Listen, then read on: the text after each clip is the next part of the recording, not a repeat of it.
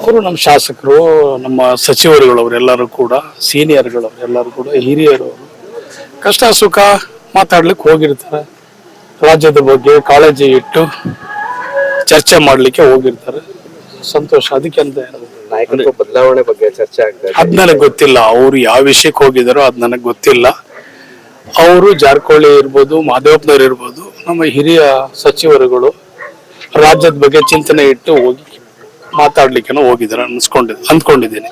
ಮೇ 15ಕ್ಕೆ ಡಿ.ಕೆ. ಶಿವಕುಮಾರ್ ಬರ್ತಾರೆ, ಗಿಫ್ಟ್ ಸಿಗುತ್ತಾ?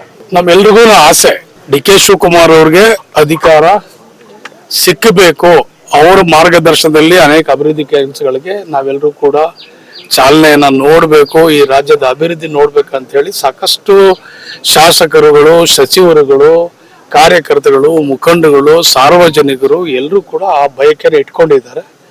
ನಾನು ಅನ್ಕೊಂಡಿದ್ದೀನಿ ಮೇ 15 ಒಳಗಡೆ ಅವ್ರಿಗೆ ಅಧಿಕಾರ ಸಿಗ್ತದೆ ಅಂತ ಆಸೆ, ಅಭಿಲಾಷೆ ನನ್ನ ಮನಸ್ಸಲ್ಲೂ ಇದೆ. ರಾಜಣ್ಣವ್ರು ಹೇಳ್ತಿದ್ರು ಸಿದ್ದರಾಮಯ್ಯನವರೇ ಮುಂದುವರಿಲಿ ಅನ್ನೋ ಒಂದು ವಿಚಾರ ಇಟ್ಕೊಂಡು ನಾವೊಂದಷ್ಟು ಜನ ಶಾಸಕರು ಡೆಲ್ಲಿಗೆ ಹೋಗ್ತೀವಿ ಭೇಟಿ ಮಾಡಿ. ನೋಡಿ, ನಾನು ನನ್ನ ಅಭಿಪ್ರಾಯವನ್ನ, ನನ್ನ ಮನಸ್ಸಿನ ಇದನ್ನ ನಾನು ಮಾತಾಡಿದ್ದೇನೆ.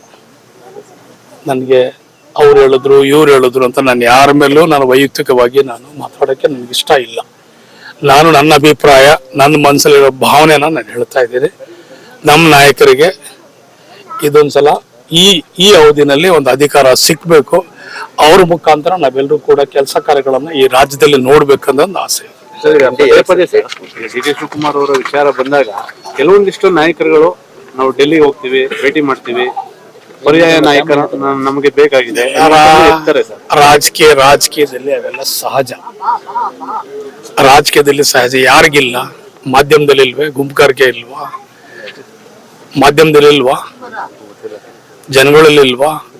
ಜಾತಿ ಧರ್ಮಗಳಿಲ್ವಾ? ಎಲ್ಲರೂ ಈಗ ಬಂದ ಲಿಂಗಾಯತರುಗಳು ನಮ್ಮ ಎಲ್ಲರನ್ನು ಕಿತ್ತಾಡ್ಕೊಂಡು ಎಲ್ಲರೂ ನೋಡ್ಲಿವ ನೀವೆಲ್ಲರೂ ಕೂಡ ಎಲ್ಲಾದ್ರಲ್ಲೂ ಇರ್ತದೆ. ಅದೆಲ್ಲ ಸರ್ವೇ ಸಾಮಾನ್ಯ. ಅವೆಲ್ಲಾನು ನಾನು ಅದಕ್ಕೆಲ್ಲ ದೊಡ್ಡದಾಗಿ ನಾನು ಮಾತಾಡಕ್ಕೆ ಇಷ್ಟ ಇರಲ್ಲ. ಸದ್ಯಕ್ಕೆ ರಾಜಕಾರಣದಲ್ಲಿ ಒಂದು ಬದಲಾವಣೆ ಆಗ್ಲಿ ಅಂತೇಳಿ ನಾವೆಲ್ಲ ಬಯಸಿದೀವಿ. ಸಚಿವ ಸಂಪುಟ ವಿಸ್ತರಣೆ ಆದ್ರೆ ಮತ್ತೊಂದು ಸಚಿವ ಸ್ಥಾನವನ್ನ ಬೆಳಗಾವಿ ಕೊಡ್ಬೇಕು ಅಂತ ಹೆಬ್ಬಾಳ್ಕರ್ ಅವರು ಹೇಳಿದ್ರು. ನಮ್ಮ ಅಕ್ಕನ್ ಕೇಳ್ಬೇಕು.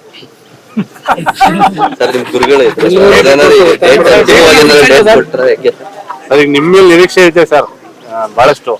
ಯಾಕಂದ್ರೆ ಗುರುಗಳು ವಿಚಾರ ಹೇಳಿದ್ರೆ ಅದ್ರ ಮೇಲೆ ನಿರೀಕ್ಷೆ ಇಟ್ಕೊಂಡಿದ್ದಾರೆ. ಯಾವಾಗ ಆಜ್ಞೆ ಬರ್ಬೋದು ಸರ್? ಕಡೆ ಡೇಟ್ ಕೊಡ್ತಾ ಇದೀವಲ್ಲ, ಮೇ 15 ಅಷ್ಟೇ.